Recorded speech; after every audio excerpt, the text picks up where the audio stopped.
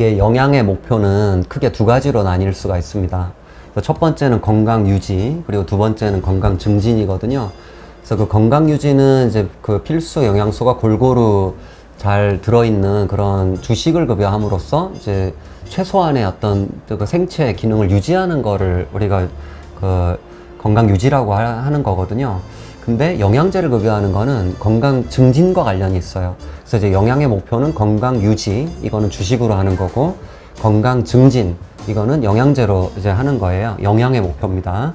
그래서 예전에는 그 주식이라고 하더라도 어떤 특정 영양소가 모자란 경우도 있었거든요. 그래서 예를 들어 사료를 많이 먹였잖아요. 그 사료를 열 처리하게 되면은 일부 영양소들이 파괴가 됩니다. 그래서 그런 파괴되기 쉬운 영양소들을 좀 추가적으로 공급해가지고 마치 이제 그 주식이 가지고 있는 단점을 좀 보완하는 개념이었는데, 최근에 이제 펫푸드 회사들이 많이 얘기를 하죠. 요즘에는 좋아져가지고 굳이 추가적으로 다른 영양소를 급여할 필요가 없다라고 얘기를 하는데, 이거는 매우 잘못된 얘기입니다. 예를 들어가지고 유산균도 영양제 중에 하나거든요. 그래서 유산균의 경우에는 사료에다가 넣어가지고 이제 만들게 되면 거의 다 사멸돼가지고 효과를 나타낼 수가 없습니다. 물론 사균도 일부 효과를 나타낼 수 있겠지만은, 실제 이제 우리가 유산균을 섭취하는 거는 살아있는 유익균을 먹는 거거든요. 그래서 이거는 영양제로밖에 할 수가 없는 것이죠. 그리고 이제 건강 증진은 질병의 예방과 치료에도 연관이 되는 거거든요. 예를 들어 최근에 그 코로나로 인한 문제가 발생했잖아요.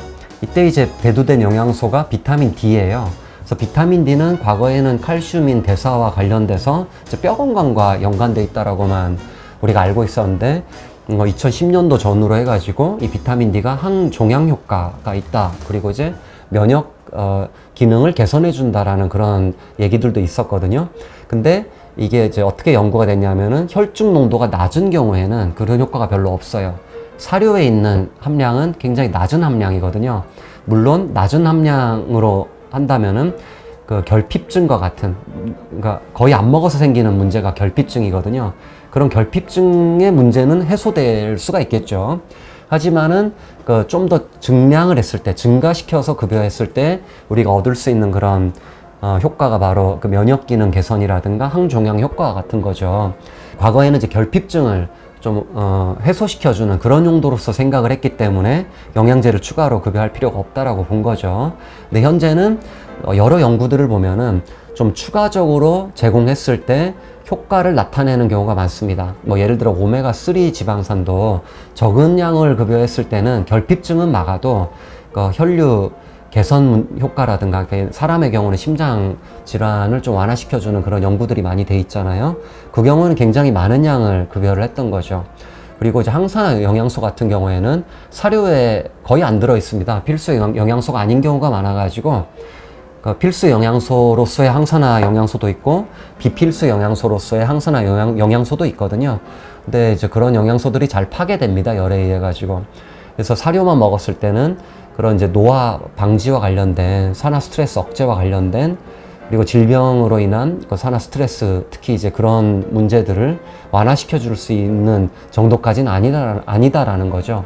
그리고 이 영양제 역시, 영양소 역시 필수 영양소든 그 기능성 영양소든 전부 다 영양소입니다. 우리가 이제 밥을 먹으면 그 안에 들어있는 게 영양소죠.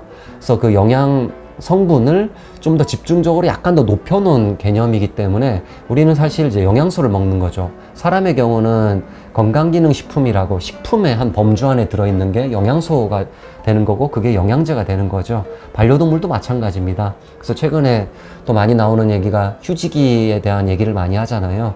적정량이면, 물론 이제 너무 많으면 조심해야 되겠죠. 중복되면 조심해야 되겠죠. 하지만은 적정량이라면은 영양소이기 때문에, 음식에 있는 성분이기 때문에 그 문제가 없다라는 거예요. 하지만은 이제 어떤 그 식물 허브 성분 같은 경우에는 그 양리작용을 갖춘 어떤 그런 성분들도 있거든요. 그래서 사실 우리 약으로 쓰는 것들이 원래 이제 식물에서 가져온 경우가 많거든요.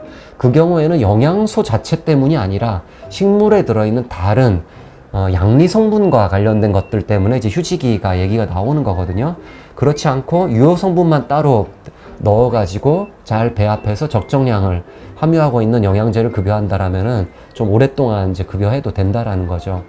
그래서 영양제를 먹이는 거는 그 건강 유지가 아니라 건강 증진과 관련된 그런 효과를 도모하기 위해서 먹는 것이기 때문에 반드시 이제 질병의 예방 또는 면역 개선이라든가 삶의 질을 좀 향상시키거나 또는 이제 통증을 완화시켜주는 그런 성분들도 있거든요. 이제 그런 부분에 있어서 추가적인 기대 효과를 우리가 얻을 수가 있다라는 거죠. 그래서 저는 이제 급여하는 게 또는 우리 사람도 마찬가지 먹는 게 훨씬 도움을 준다라고 보고 있습니다. 전 연령에 걸쳐 가지고 영양 균형이 잘 잡힌 주식을 섭취한다면은 추가적으로 영양학적으로 도움을 줄 수 있는 가장 중요한 성분은 두 가지라고 저는 봅니다. 첫 번째는 오메가3. 오메가3는 사료에 들어있는 경우도 많아요. 하지만은 그 양이 적기 때문에 결핍증을 막아주는 정도라는 거죠. 근데 그 양을 늘렸을 때는 그 항염 효과, 항산화 효과, 혈류 개선 효과 등 여러 가지 건강 증진과 관련된 효과들이 있습니다. 그리고 오메가3가 아까 이제 사료에 들어있다라고 얘기를 드렸지만은 첫 번째, 오메가3가 안 들어있는 펫푸드도 있고 들어있다 하더라도 산패돼 가지고 그 함량이 줄어든 경우도 있어요. 왜 그러냐 하면은 여러분들 사료, 예를 들어 건사료를 예를 들면은 한번 개봉을 하면은 한 달 이내에 급여를 하라고 돼 있거든. 그 이유가 오메가3 때문에 그래요. 오메가 지방산 때문에. 산소와 맞닿으면은 지속적으로 그 양이 줄어듭니다. 그리고 그 양이 줄어드는 만큼 유해 성분이 올라가요. 그래서 한 달이 지나가서 이제 그 유해 성분이 이제 어느 정도 수준까지 올라와 가지고 이제 간 독성을 일으키게 되거든요. 그렇기 때문에 오픈하고는 한 달 안에 먹이는 게 맞아요. 오메가3가 들어있는 사료라면은. 그 정도로 사료에 있는 양 가지고는 건강 증진과 관련된 효과까지 볼 수가 없습니다. 그거는 이제 건강 유지 정도밖에 안 돼요. 그래서 이제 추가적으로 급여하는 게 좀 더 도움이 되고, 그리고 두 번째는 유산균입니다. 유산균은 이제 사료에 특히 이제 살아있는 유산균이 있다고 보기가 너무 힘들고요. 있다 하더라도 너무 미량이고, 그리고 유산균은 정말로 많은 우리 사람의 경우도 저도 그렇고 뭐 한 달 먹어야지 효과를 볼 수 있다고 하는데 그렇지 않아요. 정말 괜찮은 유산균은 2, 3일 만에도 효과를 볼 수가 있거든요. 바로 일단 속이 편해지고 변이 달라집니다. 그래서 그거는 이제 주식 가지고 할 수 없는 거고, 면역과 관련된 그리고 전체적인 어떤 신진대사와 관련돼 가지고 정말 다양한 여러 가지 문제들을 개선해주고 또는 이제 지금 현재 상태를 좋게 만들어주는 이제 그런 성분 중에 하나가 유산균이거든요. 전 연령에 걸쳐 가지고 만약에 영양제를 급여한다라면은 반드시 두 가지 오메가3하고 유산균은 급여해 주시는 게 좋겠다라고 저는 생각을 하고, 오메가3는 또 좀 산패가 안 되는 형태, 그리고 좀 이제 순도가 높은 형태, 그리고 유산균의 경우에는 좀 이제 여러분들 냉장 보관이 아닌 거를 구매하시더라도 냉장 보관을 하는 이유가 그 상온에서는 계속 지속적으로 죽어요. 냉장에서도 죽습니다. 하지만 상온에서는 좀 더 빨리 죽거든요. 그래서 그런 사멸되는 그 속도를 좀 늦추기 위함이거든요. 그래서 여러분들이 유산균 제제, 그러니까 살아있는 유익균을 함유하고 있는 제제를 구매하셨다면은 바로 이제 냉장 보관을 하시는 게 좀 더 추천이 됩니다. 애초에 그 유통 방식이 이제 냉장 보관 형태로 유통이 되거나 아니면 특수 용기가 있거든요. 좀 덜 죽게 하는 그런 특수 용기 형태를 쓰거나 아니면은 좀 코팅을 해가지고 사멸이 잘 안 되게 하는 그런 형태도 있거든요. 이제 그런 형태들의 제품을 좀 구매하는 것이 생존율을 좀 높이는데 좀 더 도움을 줄 수가 있겠죠. 그 닥터레이에 포함되어 있는 모든 그 유효 성분들은 그 등급이 굉장히 높아요. 그래서 이제 사람 수준으로 봐도 순도부터 해서 그 성분의 형태라든가 이런 것들이 굉장히 좋은 형태거든요. 그리고 만들어지는 곳도 사람용 제약 시설, 그러니까 사람을 위한 제품들을 만드는 시설이에요. 제약 시설에서 만들어지고 있고, 그리고 그 모든 들어오는 원료를 전부 다 자세하게 성분 검사부터 해서 그 유해 성분 검사까지 다 해가지고 안전한 경우에만 원료 성분으로 쓰고 있거든요. 그리고 이제 저의 경우에는 그 유산균을 제가 먹습니다, 직접. 그래서 그래서 항산화 영양제도 먹고 유산균도 먹고 있거든요. 먹어보면은 일단 제가 다르다라는 걸 느끼거든요. 질문이 이제 개고양이한테 먹여도 되느냐였는데 됩니다. 개고양이한테 다 먹여도 되는 성분들이고 사람이 먹어도 되는 성분들이에요. 그래서 저도 먹고 있습니다.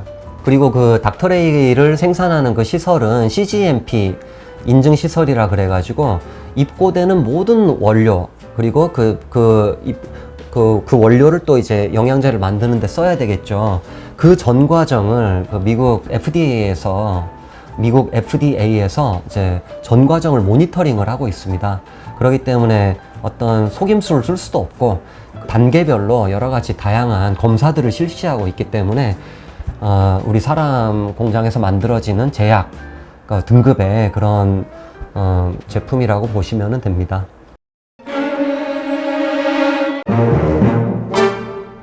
이 세상에는 정말로 다양한 항산화 성분들이 있거든요.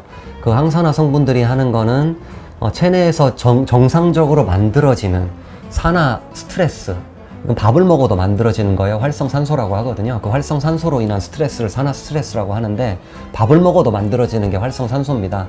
그것들을 중화시킴으로써 이제 노화를 좀 억제해주고, 그리고 질병이 있는 경우에는 그 산화 스트레스가 좀 더 심해지거든요. 그 경우에 또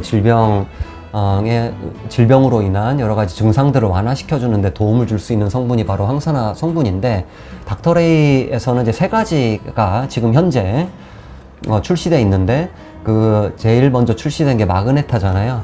그 마그네타는 전신적인 어떤 그런 전신적으로 효과를 나타낼 수 있는 그런 성분들 위주로 좀 디자인이 된 거고요. 어떤 특정 문제가 없어도 어느 정도 나이만 먹어도 또는 스트레스를 좀 받는 상황에서도 급여할 수 있는 그런 영양제고요. 그리고 그 뒤에 출시된 게 코르카라고 해서 이제 심장 질환과 좀 더 연관된 성분이잖아요. 그래서 정말 많은 항산화 성분 중에 특히 심장 질환을 개선시켜주는데 도움을 줬다라는 여러 연구 자료들이 있습니다. 그에 해당되는 성분들을 좀 더 집중도 있게 이제 넣어준 것이 이제 코르카가 되는 것이고, 그리고 이제 그 뒤에 최근에 출시된 게 카놉틱이라고 이제 안과, 눈과 관련된 항산화 성분이거든요. 그래서 여러 항산화 성분들은 특정 장기로 이동을 하거든요. 그 성분들은 특히 이제 눈으로 이동을 이제 하는 성분들이고, 눈에 많이 정상적으로 있는 성분들이에요. 근데 질병이 있거나 하게 되면은 그 성분들이 줄어들게 되거든요. 그래서 그걸 좀 보완해주는, 그래서 눈에 좀 더 도움을 주는, 좀 더 특화를 주는, 눈에 특화된 어떤 그런 성분들이라고 할 수가 있죠. 이 3개를 다 먹이는 게 가장 좋겠죠. 그리고 이 성분들은 항산화 영양 성분들인데, 굉장히 다양한 이 성분들은 서로 이제 네트워킹을 합니다. 시너지 효과가 있어요. 그래서 뭐 예를 들어 코엔자임 Q10 하나만 먹는 것보다 다른 여러 가지 다양한 항산화 성분들을 같이 급여하시는 게 훨씬 더 도움을 줍니다. 그래서 이 3가지 제품을 다 급여하는 게 사실은 제일 좋은 선택이 되겠습니다.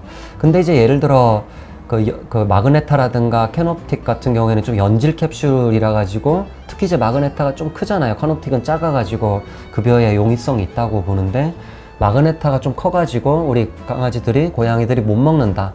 그 경우에는 뭐 코르카는 이제 경질 캡슐로 돼서 이제 안에 파우더 형태니까 그런 형태로 좀 줄 수 있는 방법도 있습니다. 그래서 심장에 좀 더 국한되어 있지만은 사실 그 성분들은 또 전신적으로도 어느 정도 효과를 나타내 주거든요. 그래서 여러분들이 뭐 선택하실 때 그런 상황에 맞춰 가지고 선택을 해줄 수가 있겠습니다. 그 간 수치가 올라가는 거는 간에 있는 여러 대사 효소들이 이제 간 손상에 의해 가지고 혈류로 유입돼서 혈중 농도가 올라가는 그런 형태인데, 그 간에 손상이 있다는 얘기는 간에 산화 스트레스가 있다는 얘기예요. 그러다 보니까는 이제 현재 그 간 수치가 올라간 경우에는 항산화 영양소를 적용을 하게 됩니다. 그래서 전신적인 효과가 있는 항산화 영양소, 예를 들어 마그네타 같은 경우에도 간 수치를 내리는데 좀 도움을 줄 수가 있겠죠. 근데 이제 이 항산화 영양소들이 특정 장기에 좀 더 효과를 주는 그런 성분들이 있거든요.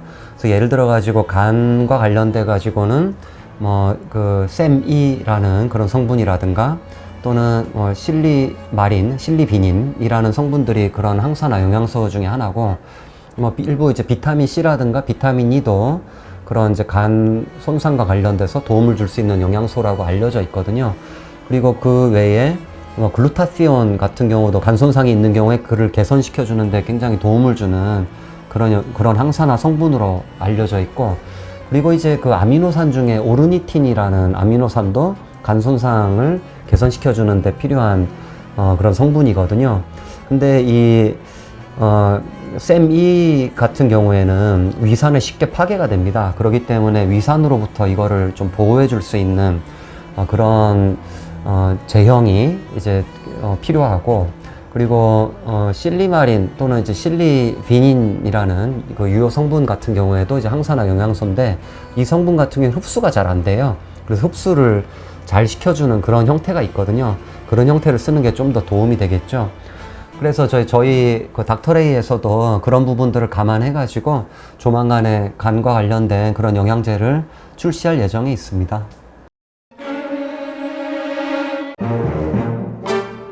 췌장염이 있는 경우에는 우선 식단을 저지방식이를 해야 되는 것과 함께 영양제를 적용할 수가 있습니다. 그래서 첫 번째는 췌장염이니까 염증이 있기 때문에 산화 스트레스가 반드시 동반됩니다. 그렇기 때문에 산화 스트레스를 완화시켜 줄 수 있는 항산화 영양소가 좀 추천이 되고요. 그리고 두 번째로는 췌장염, 그래서 염증이기 때문에 항염작용이 있는 오메가3가 도움이 됩니다. 특히 이제 이 오메가3의 경우에는 지방에서 유래된 거기 때문에 쓰실 때, 제품 선택하실 때 좀 주의를 요하는데요. 그 유효 성분은 EPA와 DHA입니다. 그래서 이 유효 성분의 순도가 높은 것을 선택을 하시는 게 좋아요. 왜냐하면은 EPA와 DHA의 순도가 낮은 경우라면은 불필요한 지방이 많다는 얘기거든요. 그 경우에는 췌장에 부담을 줄 수 있기 때문에 순도가 가장 정말 높은 거를 주시는 게 좋습니다. 오메가3를 주는 게 도움이 되고, 주신다면은 EPA와 DHA의 순도가 높은 것을 주시는 게 좋아요. 그리고 이제 마지막으로 소화 효소를 적용해 볼 수가 있습니다. 췌장이 하는 역할은 크게 두 가지인데요. 하나는 혈당 조절이고 하나는 소화 효소를 분비하는 거거든요. 그래서 이 소화 효소를 분비를 할 때 염증이 있기 때문에 그 소화 효소들이 췌장 자체를 공격하는 그런 문제가 발생을 합니다. 그래서 소화 효소가 좀 덜 분비되게끔 인위적으로 우리가 소화 효소를 제공해 주는 거거든요. 근데 이 소화 효소가 단백질, 지방을 녹이는 효소잖아요. 그렇기 때문에 코팅을 해줘야 돼요. 코팅이 되지 않는 거를 다루다 보면은 여러분들도 문제가 되고 강아지, 고양이들도 문제가 될 수 있어요. 입안에 점막 손상 또는 호흡기 점막 손상, 잘못 들여 마셨을 때는, 그리고 이제 다른 여러 조직들을 손상시킬 수가 있기 때문에 실제 사람의 경우에는 소화효소를 다루는 그런 생산시설인 경우에 굉장히 주의를 요하게끔 하고 있거든요. 그리고 그런 소화효소들이 장으로 들어가 가지고 코팅되지 않은, 보호되지 않은 형태가 장으로 들어가게 되면은 위산이나 이런 그 장내 환경으로 인해 가지고 좀 파괴될 수도 있다라는 거죠. 그렇기 때문에 좀 코팅된 형태, 장용 캡슐 형태 또는 그 파우더 형태라고 하더라도 그게 좀 코팅된 형태가 몸을 보호하고 소화 효소로서도 이제 효과가 좀 더 그 위산 파괴에 의한 문제가 안 생기기 때문에 효과를 좀 더 잘 우리가 기대할 수가 있겠죠. 또는 그 코팅된 형태 중에 좀 되도록이면은 좀 천연 물질로 코팅하는 경우가 있거든요. 이제 그런 형태가 좀 더 도움이 될 수가 있습니다. 그래서 췌장염이 있는 경우에는 항산화 영양소, 그리고 오메가3, 순도 높은 오메가3, 그리고 췌장 소화 효소가 도움이 될 수가 있습니다. 그래서 이런 췌장염이 있는 그 아이들을 위해서 저희 닥터레이에서도 아까 제가 말씀드린 부분들을 감안해 가지고 조만간 제품으로 출시할 계획이 있거든요. 그래서 여러분들께서 이제 기대해 주셔도 좋습니다.